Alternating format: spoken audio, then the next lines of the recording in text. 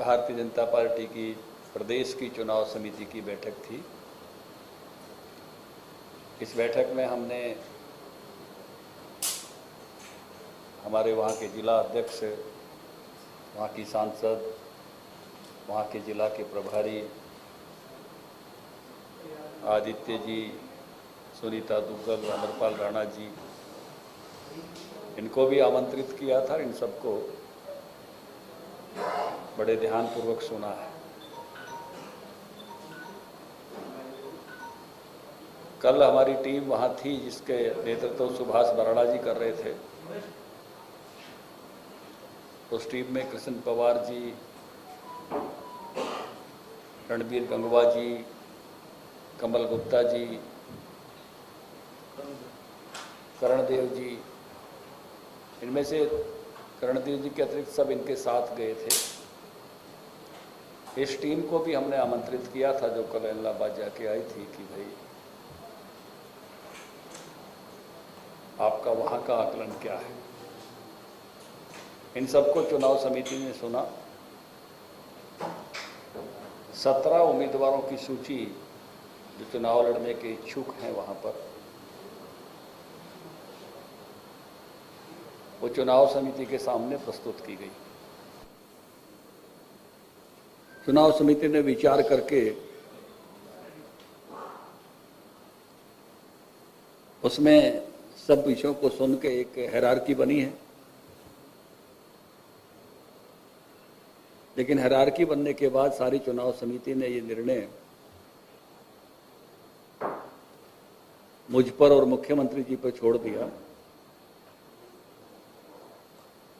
कि आप दोनों केंद्रीय नेतृत्व से विचार विमर्श करते हुए, जैसे भारतीय जनता पार्टी की अपनी पद्धति है कि चाहे विधायक का चुनाव है, चाहे सांसद का चुनाव है, उसका अंतिम निर्णय केंद्रीय नेतृत्व करता है। जब चुनाव कई स्थानों के होते हैं तो पूरी इलेक्शन कमेटी बैठती है केंद्र की, उसके सामने बुलाते हैं। और जब चुनाव कम स्थानों के होते हैं तो कई बार जैसे हमको यहाँ अधिकार दे दिया, उसी तरह से राष्ट्रीय अध्यक्ष को वहाँ अधिकार दे देते हैं। तो हम उनको से निवेदन करेंगे कि हमने अपना विचार विमर्श किया है, कर लिया है। जो ही आप हमको समय देंगे तो मैं और मुख्यमंत्री जी उनके सामने उपस्थित होंगे। जो भी केंद्र से जो निर्णय, यहाँ की जो प्राथमिकताओं के आधार पर जो सूची हमने तैयार की है, उस पर जिस पर भी मोहर लगेगी उसकी जानकारी आपको दे दी जाएगी। मैंने कहा कि एक हायरार्की बनी है, एक पदानुक्रम बना है कि सबसे गंभीर उम्मीदवार कौन है, नंबर 2 पर कौन है, 3 पे कौन है, 4 पे कौन है, 5 पे कौन है। इस तरह से एक हायरार्की बनी है। 17 लोगों की हायरार्की तो सबकी बनी है, लेकिन उसमें से जब ऊपर आते हैं तो अपने आप संख्या उसमें से ध्यान में आ जाती है कि कौन कौन से नाम ऊपर उभर के आते हैं। तो जो उस नाते से उसी से में से जो है एक तरह से ये दायित्व हमको मिला है, तो केंद्र के सामने उपस्थित होंगे और जो प्राथमिकता के आधार पर नाम आए हैं उन पर चर्चा करेंगे। सर, मतलब सिंबल आपका रहेगा और क्या आप जेजेपी के नेतृत्व से उनको सलाह मशवरा करेंगे, कुछ बातचीत करेंगे? चुनाव गठबंधन लड़ेगा और भारतीय जनता पार्टी की चुनाव समिति ने विचार किया है तो भारतीय जनता पार्टी का उम्मीदवार होगा, लेकिन चुनाव दोनों पार्टियां मिलकर लड़ेंगी। आज ही हम अपनी बात वहां पहुंचाएंगे कि हमने अपना होमवर्क कर लिया है। हमारी प्रदेश की चुनाव समिति की बैठक हो गई है। जो ही वो हमको समय देंगे, कल में परसों में, उनकी समय की उपलब्धता के हिसाब से वहाँ उपस्थित होंगे। आपके मीडिया के मित्रों के माध्यम से, आपके सोशल मीडिया ग्रुप से वो जानकारी मिली है। निश्चित रूप से भी उनके पहले वहीं से विधायक थे और अभी कांग्रेस का आना बाकी है। भारतीय जनता पार्टी ने भी आज अपना होमवर्क कर लिया है।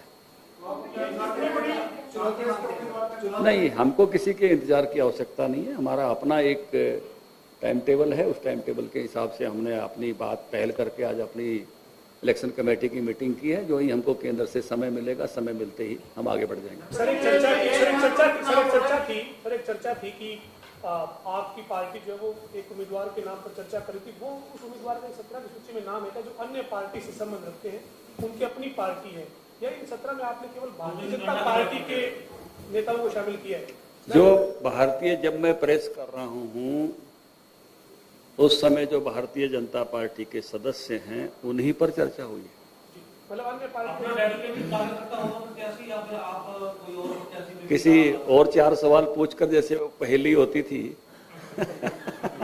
कि 17 से कम है या 16 से ज्यादा है, 15 से ज्यादा है, तो अपने आप वो नंबर आप जितेंद्र जी ऐसे नहीं चलेंगे। चलिए, धन्यवाद। जो गोविंद कांडा के नाम की चर्चा थी उनका नाम 17 में नहीं। देखिए, मैंने कहा कि जो वर्तमान में भारतीय जनता पार्टी के सदस्य हैं, आज जब चुनाव समिति की बैठक हुई है उन पर सब पर चर्चा हुई है, और इस समय जो आप नाम की चर्चा कर रहे हैं वो भी इस समय भारतीय जनता पार्टी के सदस्य हैं।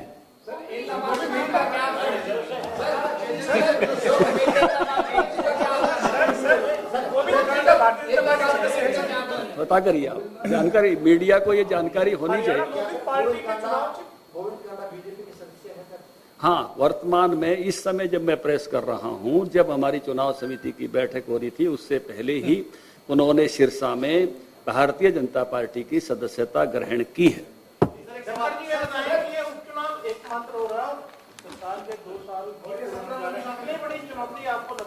जो भी भारतीय जनता पार्टी के सदस्य हैं उन सब पर हमने विचार किया।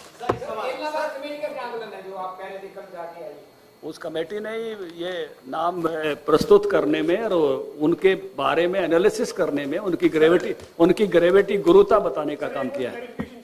आज ही भारतीय जनता पार्टी के सदस्य बने हैं क्या गोविंद कांडा? आप ही यहाँ? हाँ, आज ही भारतीय जनता पार्टी के सदस्य बनने हैं दोपहर में। ठीक टाइम आदित्य जी बताएंगे।